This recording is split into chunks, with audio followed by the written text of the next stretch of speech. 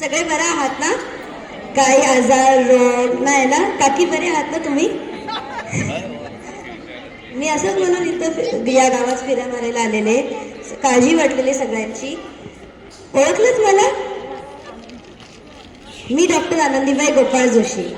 माझा जन्म झाला साधा, पण स्वप्न खरे आणि प्रवास मोठा. या जगात मी नसेन तरी हे मी मनापासून बोलून गेली की मी फक्त डॉक्टर नाही तर अनेक आयुष्यांना संधी दिली. तर या मुलींनो, घाबरू नका, एक एक पायरी पुढे चढत राहा आणि पूर्ण जगाला शिकवा की थांबू नका, चालत राहा, चालत राहा. थँक्यू.